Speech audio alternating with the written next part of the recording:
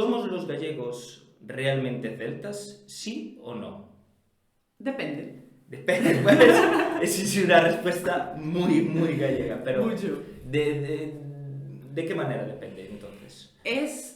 Bueno, como dices, es un tema muy polémico. Es un tema que en el ámbito popular, ¿no? O de manera general, todo el mundo da por hecho en Galicia, los gallegos somos celtas mayoritariamente, pero que en el ámbito académico trae discusiones y bandos acaloradamente enfrentados. Por un lado los pro-celtas, por otro lado los anticeltas, o mejor que anticeltas, que quizás es un poco agresivo, céltico-escépticos. Célticos. Pero sí que es una cuestión que dentro del ámbito académico trae mucha cola. Si te parece, me gustaría que me contases un poco en qué consisten las dos teorías y vamos a empezar, como has comentado, que es posiblemente la que esté más arraigada en el conocimiento popular gallego, vamos a empezar un poco a que me cuentes ese, ¿cómo lo has llamado? Celtíferos.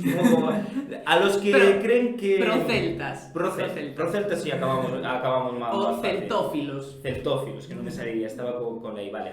Los proceltas, ¿cuál es la teoría procelta?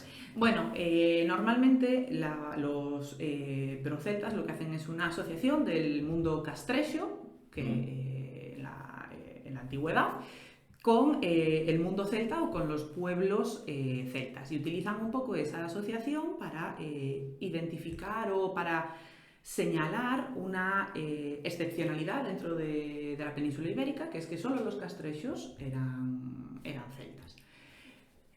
Todo esto viene también arraigado en el siglo XIX, en el Rexurdimento, figuras como Murguía o Pondal, que utilizaron también este celtismo como una manera de fomentar el regionalismo y el nacionalismo gallego. Desde los castrexos hasta el siglo XIX, que se recobra. Ahí estamos hablando de muchos siglos, milenio. O sea, que han ido atrás a recoger... Sí, han ido tan atrás para diferenciarse un poco también del resto de la península, que se considera pues con esa idea de romanos y demás, y decir, no, los castrexos, los habitantes de la antigua Galaequia, que era más grande que la Galicia actual, vienen de los celtas, se vinculan a ese pueblo y eso los hace diferentes en cultura, en tradición, en lengua y demás un poco del resto de España, ¿no? Y en el 19 esa idea, claro, cuaja de maravilla, viene muy bien, además estábamos viendo ese movimiento pro-celta o celtófilo en otras partes de Europa, como Escocia, donde se fomentó muchísimo esa idea del celtismo como identidad nacional, identidad propia. Y en Galicia pues les venía muy bien también esa idea para fomentar ese deseo nacionalista y único del pueblo gallego. Y caló muy bien. Caló muy bien. Caló muy bien y funcionó muy bien. ¿Por qué caló también? Porque, bueno, tienen una serie de argumentos, una serie de teorías que a priori, si no te sumerges demasiado en ellas, parece que, bueno, que cuadran bien, que la pieza del puzzle va encajando.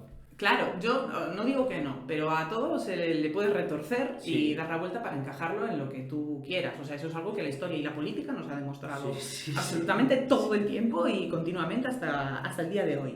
Entonces, sí, hay, por supuesto, que tienen sus argumentos para tratar de justificar que somos realmente celtas. Pero si tú argumentas algo, yo desde el mundo académico necesito pruebas que sean científicas o arqueológicas. Entonces, no puede ser una justificación de que somos celtas la geografía y el clima. Vale. Sí, la geografía gallega y la geografía escocesa o irlandesa o galesa, sí, tienen muchas similitudes. El material utilizado para la construcción de viviendas pues era el mismo en muchas ocasiones, ¿no? Que es el granito, y el clima es muy similar. Pero entonces también serían celtas los alemanes. Vale, entonces vamos a ir entonces por puntos pillando cada argumento. Tenemos clima y situación, digamos que la naturaleza que nos rodea, que es muy, muy similar, ¿no? No nos sirve, porque también es aplicable claro, no es un argumento científico. No es un argumento científico. En Estados Unidos hay zonas que geográficamente tienen unas formaciones geológicas y climatológicas parecidas a Galicia o a Escocia o o a cualquiera de las otras zonas de las naciones consideradas celtas, ¿no? De manera tradicional. La toponimia, por ejemplo, es otro argumento que se ha intentado esgrimir. Este ya igual un poco más... Sí, quizás un poquito más... más puntilloso, sí, más... claro, sí. ya pues habría que irse al ámbito de la filología y demás, que yo desde luego no soy experta en ese campo, pero bueno, cuanto menos es dudoso, ¿no? Por ejemplo, uno de los topónimos que se usa como justificación es el de Lugo, que dicen que podría provenir de la palabra Lug, que es un dios celta.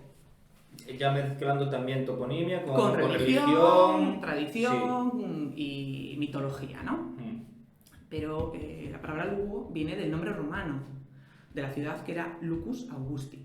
Lucus Augusti. Y de ahí deriva la palabra Lugo. Lugo. Claro.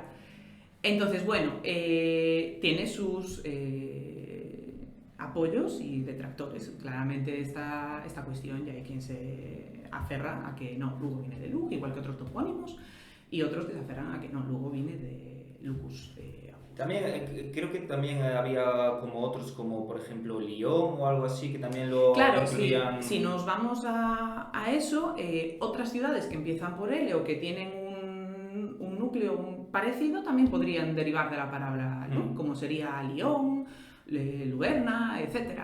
Aunque nos encontramos también con el contraargumento parecido al del clima. O sea, sí, que vale, se parece, puede cuajar, pero también puede suceder en muchos otros, en otras ciudades francesas o alemanas, otras partes de Europa. Y algo tan típico como son los menhires y los dólmenes, que eso sí ya es una construcción... El argumento es el mismo, exactamente el mismo.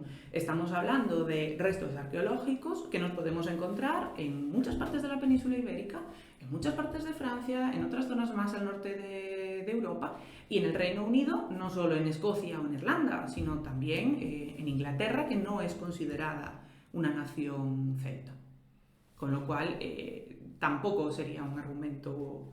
Entonces no encontramos ningún dato científico. La música, el instrumento, la gaita, por ejemplo, eso tampoco... La gaita no es un instrumento celta. De hecho, hay estudios que hablan de que la gaita es un instrumento romano.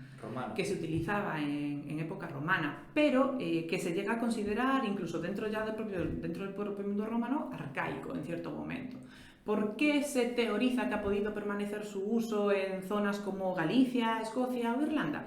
Porque son zonas a las, bueno, llegan a algún momento, no olvidemos que Escocia e Irlanda no fue conquistado por el mundo romano, pero sí había contactos. Llegan en algún momento y como son zonas geográficamente más aisladas, perviven durante muchísimo más tiempo y se acaban considerando como un símbolo identitario. Ahora también hay que decir que ni Galicia, ni Escocia, ni Irlanda son las únicas regiones o naciones donde se sigue usando la gaita. Hay zonas de Alemania donde también la gaita es un instrumento tradicional. En Asturias, por ejemplo, también se utiliza la gaita dentro del folclore tradicional asturiano, y en muchas otras regiones, incluso en Bulgaria. En Bulgaria hay un tipo de gaita que es tradicional dentro del folclore búlgaro. Entonces, no hay nada aún que nos pueda quedar para poder determinarnos como celtas de todo esto, porque hemos quitado clima, hemos quitado la gaita de la música, hemos quitado las construcciones de granito que has mencionado, los dólmenes, los menhires, la topología y la mitología. La mitología que tenemos arraigada tampoco... Volvemos un poco al tema de la gaita, ¿no? O sea, Galicia es una región aislada geográficamente. Hoy en día tenemos carreteras, trenes y aviones, y aún así para llegar a veces nos cuesta. Sí. Entonces, bueno, eso también hay que tenerlo en cuenta, pero imagínate hace 300 años. Además de ser aislado y de difícil acceso, es una población eminentemente rural, eminentemente analfabeta en su gran mayoría. La tradición pervive de manera oral, se pasa de padres a hijos y se conserva de esa manera. Ese caldo de cultivo en una zona más aislada geográficamente y además más eminentemente rural favorece la conservación, que por una parte es muy bueno porque es la conservación de un legado propio y tradicional como es el gallego. Eso también sucede en otras partes de España y en otras partes de Europa. Y las tradiciones o las leyendas tienden a ser muy similares.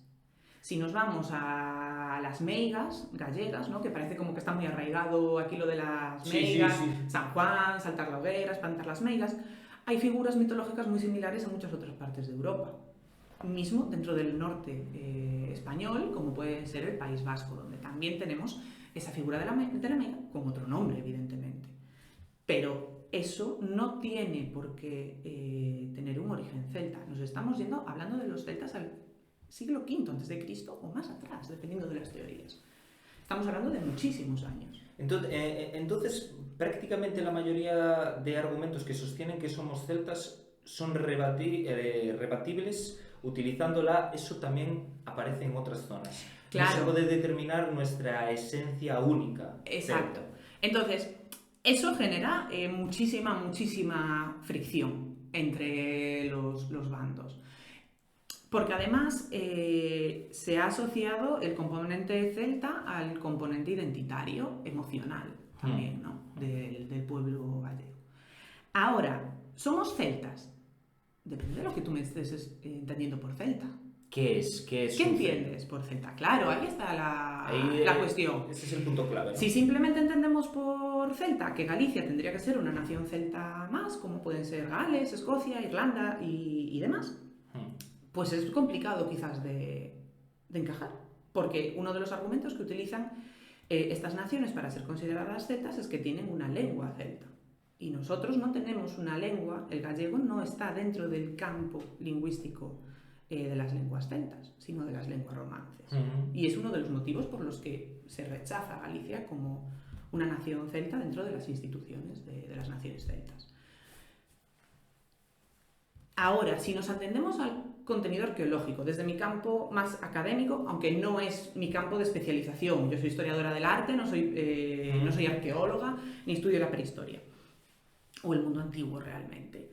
¿Quiénes eran los celtas? Los celtas fueron definidos con ese nombre, con el nombre de Celtici, por griegos y romanos. Consideraban celtas a los galos, a los gálatas, a muchos pueblos que vivían fuera de las fronteras del mundo romano, con los cuales interaccionaban y que con el tiempo llegaron a conquistar, como es el caso de los galos.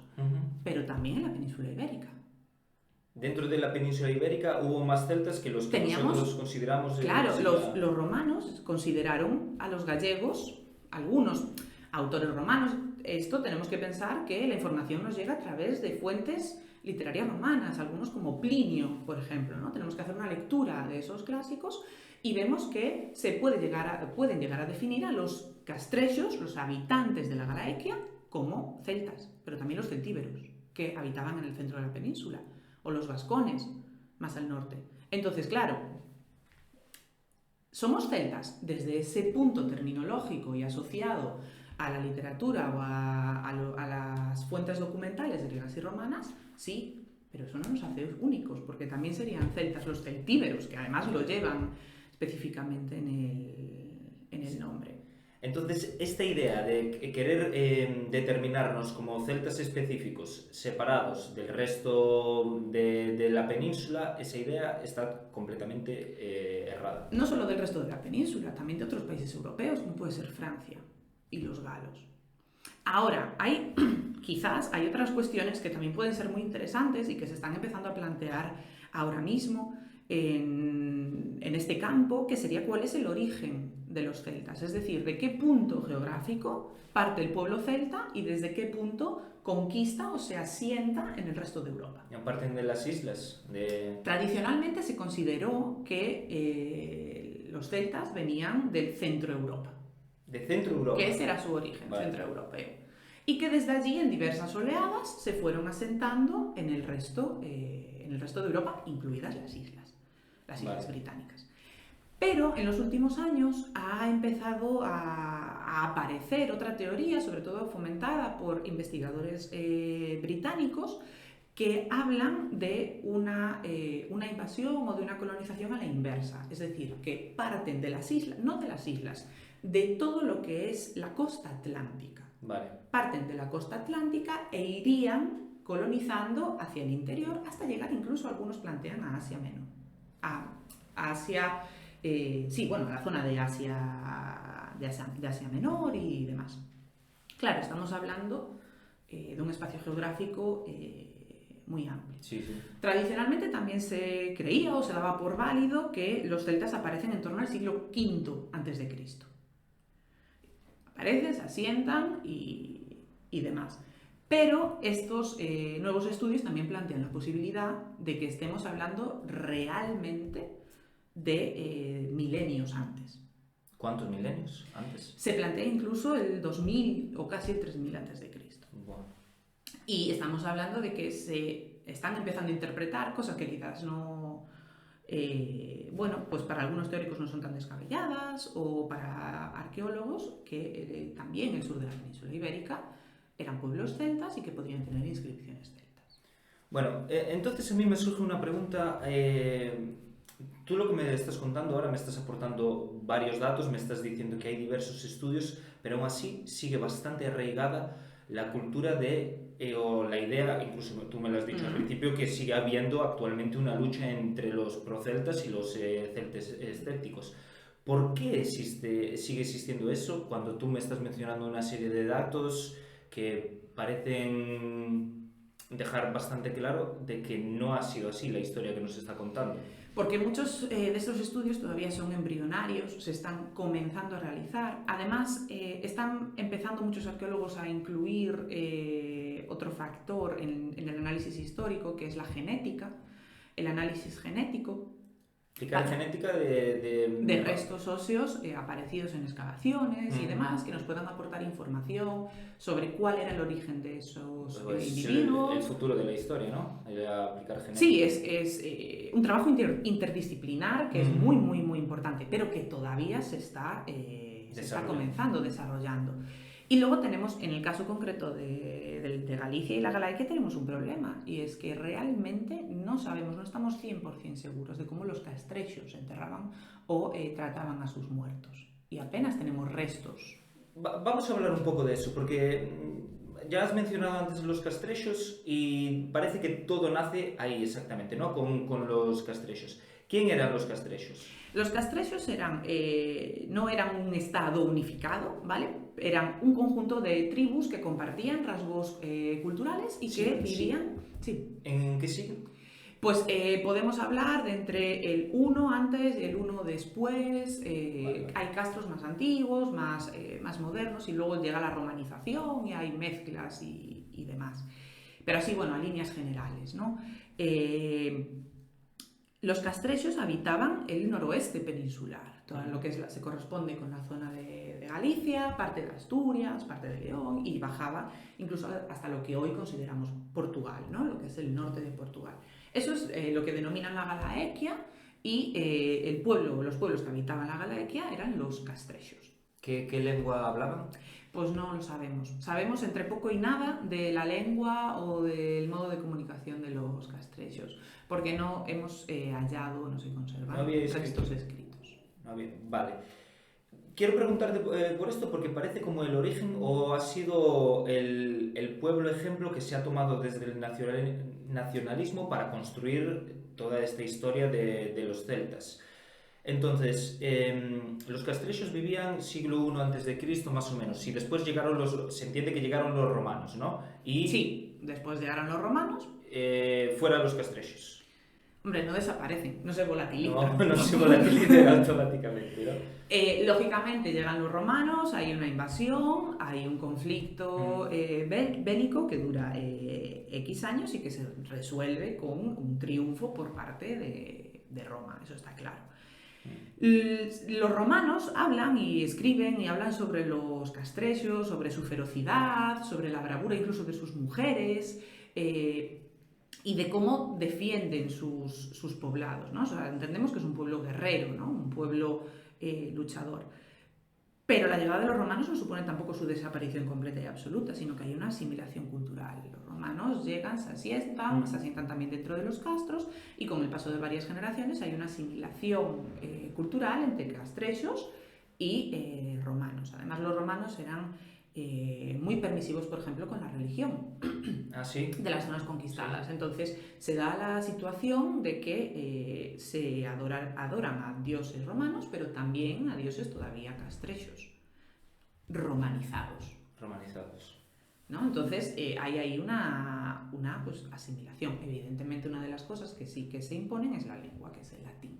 Y del latín deriva el gallego. Del latín deriva el gallego. Sí. Vale, entonces, si usan para tomar los castrechos, para después mezclarlos con los celtas y crear esta idea pro-celta, ¿por qué no únicamente pillan a los castrechos, que son como más propios nuestros, y van a pillar a los celtas que realmente no son propios de aquí?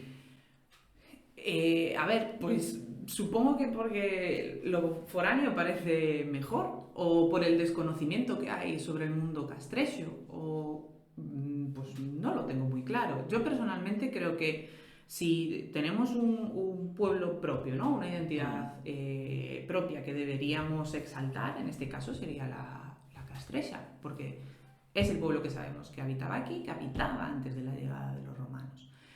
¿De dónde pudo venir ese pueblo? Bueno, pues tendremos que seguir investigando y seguir estudiando. Para eso están los arqueólogos, ¿no? Trabajando sobre ello. Que en algún momento aparecen pruebas arqueológicas que demuestren y que digan, oye, pues somos celtas en el mismo sentido o igual que los escoceses, los bretones, los irlandeses. Oye, pues genial. Tenemos las pruebas arqueológicas que nos lo demuestran y no nos lo vengáis a discutir porque son estas. Pero si lo que buscamos es que a las humanidades se nos reconozca nuestra labor, como también desde el ámbito más científico, sin pruebas arqueológicas, sin pruebas científicas, no podemos lanzar afirmaciones. Entonces, ¿somos celtas o no? Sí y no, como ya empezaste. Si queremos ser celtas únicos, no lo podemos ser. Dentro del contexto peninsular, no. De hecho, están empezando movimientos también muy proceltas de reivindicar esa idea de nación celta y celtismo y demás en otras partes de España, como Asturias y Cantabria, que se está arraigando también mucho esa idea de recuperar lo celta. Que no tiene por qué ser malo, quiero decir. Es un pasado histórico que, bueno, que sí, nos queda un poco lejos, pero que también está bien que la gente conozca y le suene, ¿no? Oye, los celtas pues habitaron en la península, fueron diferentes. Todo lo que sea conocimiento y difusión cultural viene genial, pero conociendo un poco, pues eso, cuáles son esas dos vías, cuál es el origen de la palabra celta, de dónde viene, qué pueblos lo conformaron. En ese sentido, hay instituciones que hacen un trabajo maravilloso.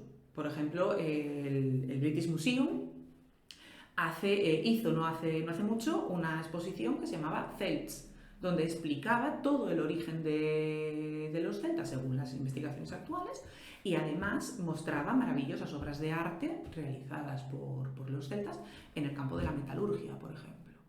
Entonces, está muy bien conocerlo, pero conocer todas las versiones, ¿no? Todas las versiones y además la versión científica y saber qué datos se pueden tomar correctamente y qué datos andan bailando. Porque tú también antes mencionaste que hay muchos estudios que son escépticos de Celta, pero que aún están empezando, que aún...